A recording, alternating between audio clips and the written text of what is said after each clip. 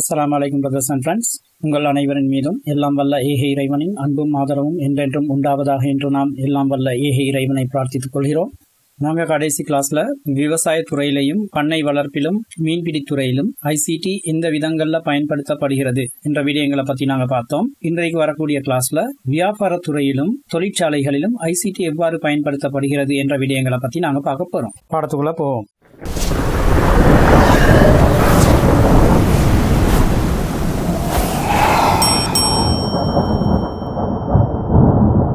இன்றைய காலகட்டத்தை பொறுத்தவரையில் உண்மையில் ரொபோட்டிக் மெஷின்ஸ் பெரிய அளவில் ஊடுருவி நிற்பதன் காரணமாக பல்வேறு விதமான துறைகளிலையும் ஐசிடி அபார வளர்ச்சி அடைஞ்சிருக்கிறத எங்களால் காணக்கூடியதாக இருக்கிறது. ஆரம்ப காலகட்டத்தில் ஒவ்வொரு தொழிற்சாலையும் அதுக்குரிய மெஷினரிஸை வாங்குறதுக்கு பெரிய அளவு செலவினம் ஒன்றை செலவழிக்கக்கூடிய நிலைமைக்கு முகம் கொடுக்க வேண்டி வந்தாலும் பிந்தின காலகட்டங்களில் ஏகப்பட்ட தொழிலாளர்கள் செய்யக்கூடிய ஒரு வேலையை ஐசிடியால் உருவாக்கப்படுகின்ற ஒரு இயந்திரம் சர்வசாதாரணமாக செய்து முடிக்கிறத எங்களால் காணக்கூடியதாக இருக்கிறது. இவ்வாறு உருவாக்கப்படும் இயந்திரங்கள் கொடுக்கிற வேலையை தெளிவான முறையில் செம்மையாக செய்யக்கூடியதாக இருக்கிறதால குறைந்த விலையில உயர்தரமான பொருட்களை சந்தைக்கு வழங்குவது சாத்தியமாக இருக்கிறது. உண்மையில இந்த ஐசிடி துறையோட வளர்ச்சியால தொழிற்சாலைகளில் வேலை செய்யக்கூடிய சில 100 தொழிலாளர்களோட வேலைகள் பாதிக்கப்பட்டாலும் பல்லாயிரக்கணக்கான நுகர்வோருக்கு குறைந்த விலையில உயர்தரமான பொருட்களை வழங்குறதுல ஐசிடி மிக முக்கியமான ஒரு பங்கை வகிக்கிறது என்று சொன்னால் அது மிகையாகாது. தொழிற்சாலைகளை பொறுத்தவரையில இது மாதிரி ரொபோட்டிக் மெஷின்ஸை பாவிக்கிறதால அவங்களுக்கு பலவிதமான நன்மைகள் இருக்குது. உதாரணத்துக்கு 24 மணித்தியாலமும் இந்த ரொபோட்டிக்ஸ் மெஷின்ஸால ஒர்க் பண்ணேலும் அதுக்கு தேவை கரண்ட் மட்டும்தான். இந்த ரோபோ செய்யக்கூடிய ஒரு வேலையை ஒரு மனிதன் செய்வான்னு சொன்னால் அவன் சில மணித்தியாலங்கள்ல டயர்டாகிடுவான். ஆனால் ரோபோ டயர்டாகாது. அதே நேரம் எஃபிஷியன்சி செயல்திறனை பொறுத்தவரையில ஒரு நாள்ல ஒரு வேலையை தொடங்குற நேரம் ஒரு ரோபோ என்ன வேகத்தோட ஒரு வேலையை செய்யுமோ அதே வேகத்தோட ஒரு 10 மணித்தியாலத்துக்கு புறவும் செய்யும். ஆனால் மனிதர்கள்ட்ட அந்த வேகத்தை எங்களால் எதிர்பார்க்க இயலாது.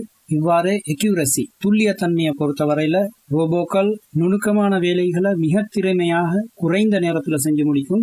அதே நேரம் மனிதர்களை பொறுத்தவரையில பசி வரும், தாகம் வரும், சிலவங்களுக்கு தலைவலி வரும், உடல் வருத்தங்கள் வரும், சில நேரம் மாஸ்கை போட்டுட்டும் வேலை செய்ய வேண்டி வரும். கடைசியா தொழிற்சாலைகளுக்கு ரோபோக்களை பாவிக்கிறதால கிடைக்கக்கூடிய நன்மைகளை பொறுத்தவரையில ஹைஜீனிக்க சொல்லலாம்.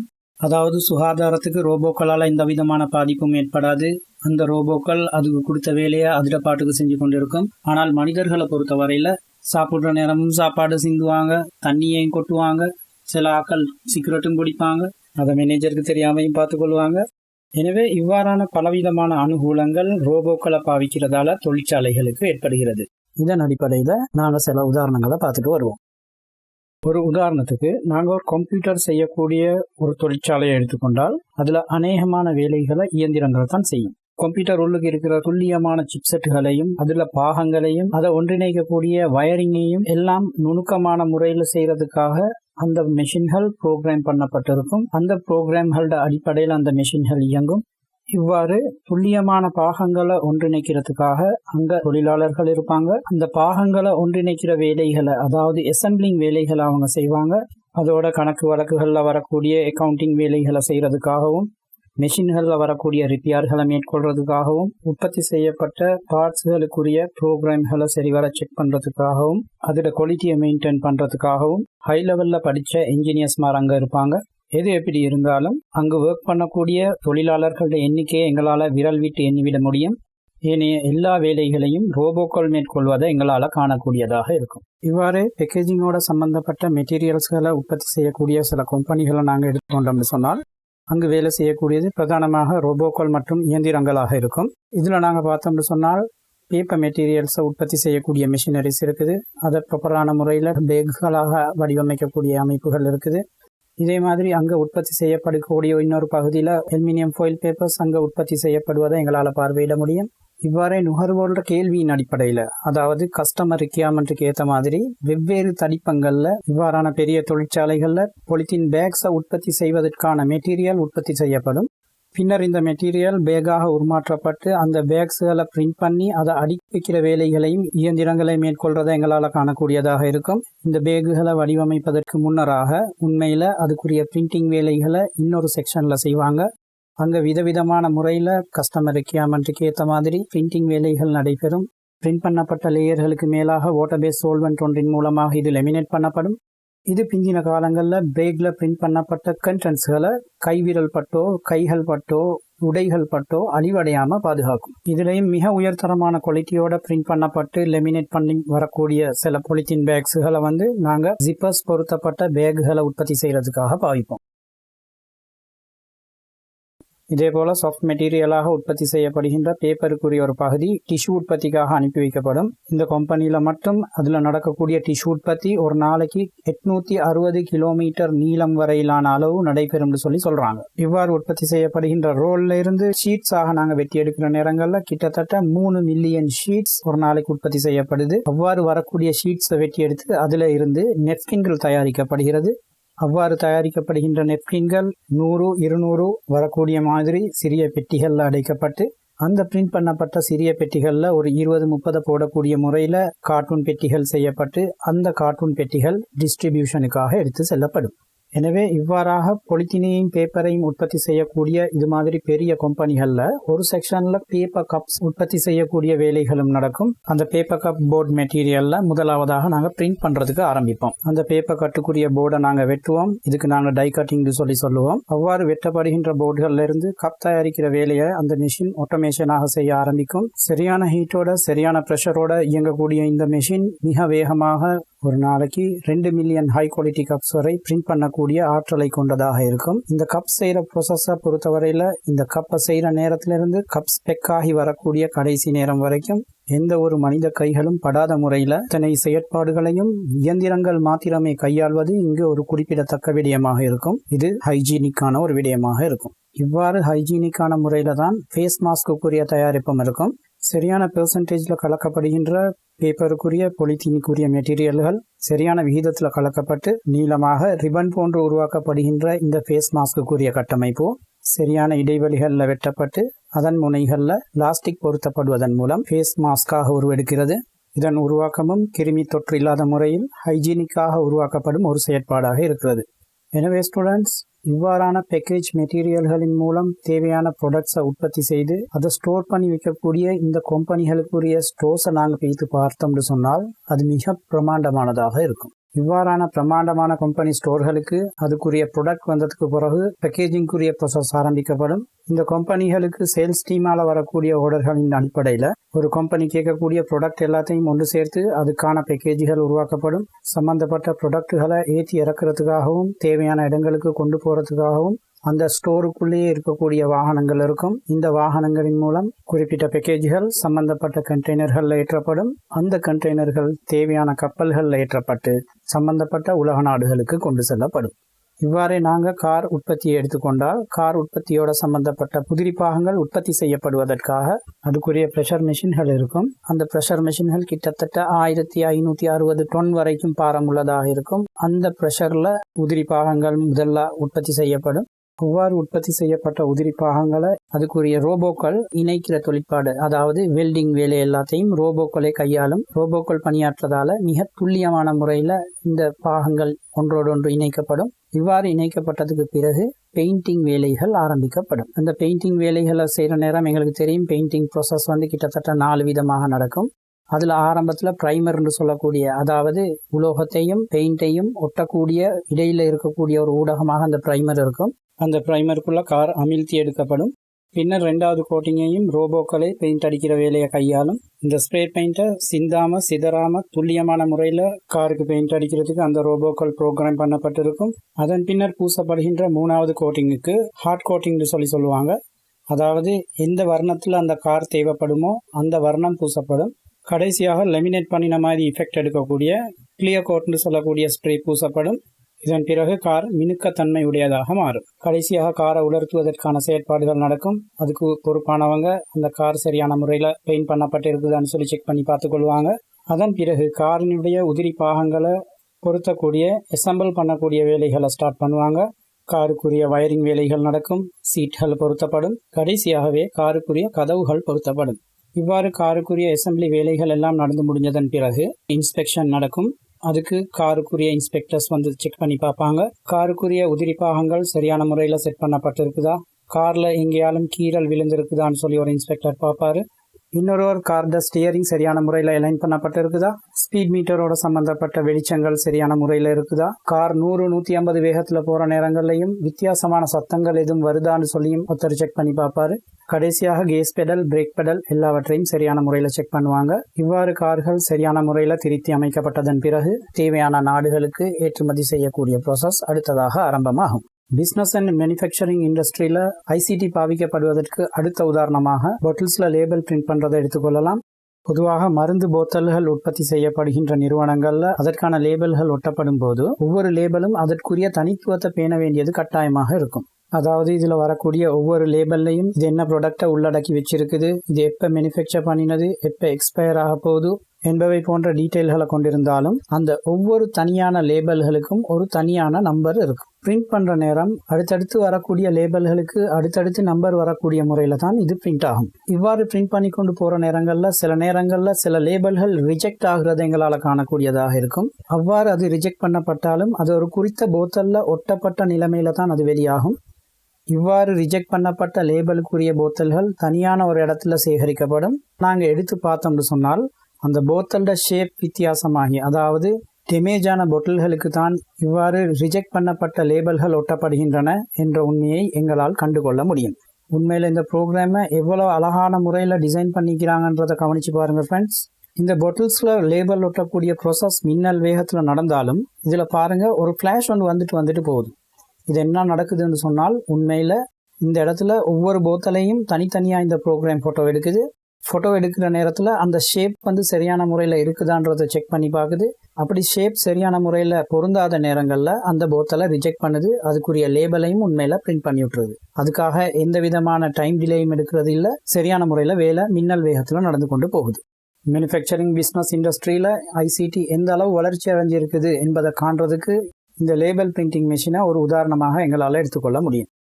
அடுத்த உதாரணமாக நாங்கள் மினரல் வாட்டர் பாட்டில்ஸுக்கு நீர் நிரப்புற செயற்பாடை நாங்கள் எடுத்துக்கொள்வோம். இந்த வீடியோவில் போத்தல்கள் தலைகீழாக பிரட்டப்பட்டு கழுவி கொட்டப்படுது.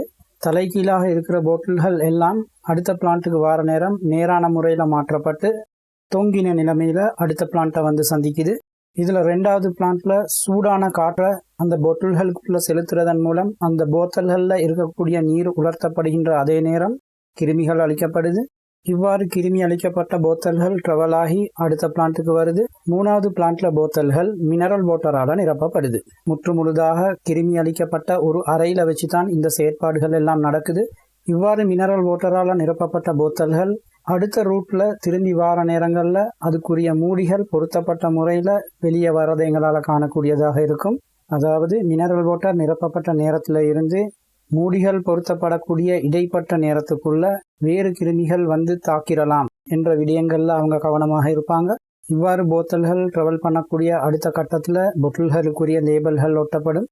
அதன் பிறகு ட்ராவல் ஆகி வரக்கூடிய போத்தல்களை 12 பிரித்து, அதாவது டசனாக அடுக்கப்படும். இவ்வாறு அடுத்த கட்டத்துக்கு போகக்கூடிய போத்தல்களை பொலித்தீன் கவரால் போர்த்தி பேக் பண்ணி எடுப்பாங்க. அதன் பிறகு அதை தேவையான இடங்களுக்கு அனுப்பி வைப்பாங்க. எனவே ஃப்ரெண்ட்ஸ், ஐசிடி துறையோட வளர்ச்சியால் தொழிற்சாலைகளில் ரொபோட்டிக் டெக்னாலஜிக்குரிய இன்வால்மெண்ட்டால் எவ்வாறெல்லாம் வளர்ச்சி அடைஞ்சிருக்கின்றன என்ற விடயங்களை தான் நாங்கள் இதுவரைக்கும் உதாரணங்களை கொண்டு பார்த்தோம்.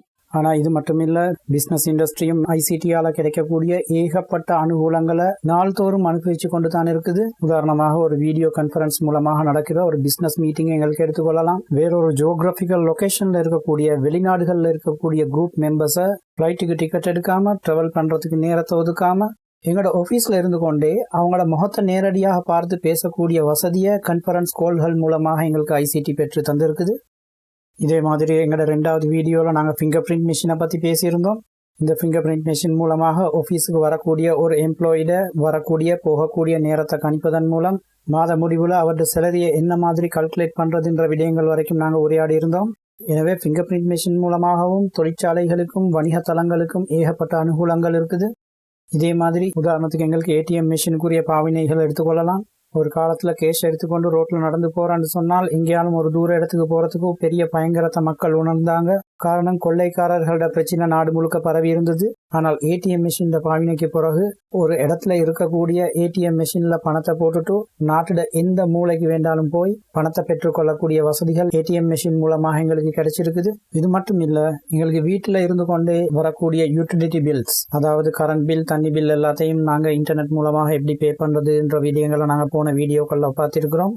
இன்னும் சொல்ல போனா இன்டர் பேங்க் டிரான்ஸ்ஃபர் சிஸ்டம் மூலமாக நாங்கள் ரெஜிஸ்டர் ஆகிக்கக்கூடிய பேங்க்ல இருந்து இன்னொரு பேங்க்குக்கு எங்களுக்கு தேவையான அமௌண்ட்டை டிரான்ஸ்ஃபர் பண்ணிக்கொள்ளையிலும். யாராவது ஒருத்தருக்கு சல்லி போடணும்னு சொன்னால் அதை எங்களோட மொபைல் மூலமாகவே நிறைவேற்றிக் கொள்ள முடியும். தேவையான நேரங்களில் எங்களோட அக்கௌண்ட் பேலன்ஸை பார்த்து கொள்ளையிலும். இவ்வாறான பலவிதமான சேவைகளை எங்களுக்கு இ பேங்கிங் சிஸ்டம் வழங்கி இருக்குது. இது ஐசிடியால் கிடைக்கிற இன்னொரு நன்மை. இதில் நாங்கள் பார்த்துட்டு வரக்கூடிய உதாரணங்களில் கடைசி பகுதி ஆன்லைன் ஷாப்பிங்காக இருக்கும். இந்த ஆன்லைன் ஷாப்பிங்க்கு இ காமர்ஸ்னு சொல்லுவாங்க. இந்த இ காமர்ஸை பொறுத்தவரையில் இன்டர்நெட் மூலமாக பொருட்களை விற்கக்கூடிய செலர், அதாவது விற்பனையாளரும், இன்டர்நெட் மூலமாக பொருட்களை வாங்கக்கூடிய கன்சியூமர்ஸ், அதாவது நுகர்வோரும் இ காமர்ஸுக்குரிய மிக முக்கியமான அங்கத்தவர்களாக கருதப்படுவார்கள். இந்த இ காமர்ஸ் மூலமாக வரக்கூடிய வெப்சைட்டுகளை பொறுத்தவரையில் உதாரணமாக அலிபாபா, ஈபே போன்ற கம்பெனிகள் ஃபாரின் கம்பெனிகளாக இருக்கும், அல்லது டராஸ் போன்ற லோக்கல் கம்பெனிகளாகவும் இருக்கலாம்.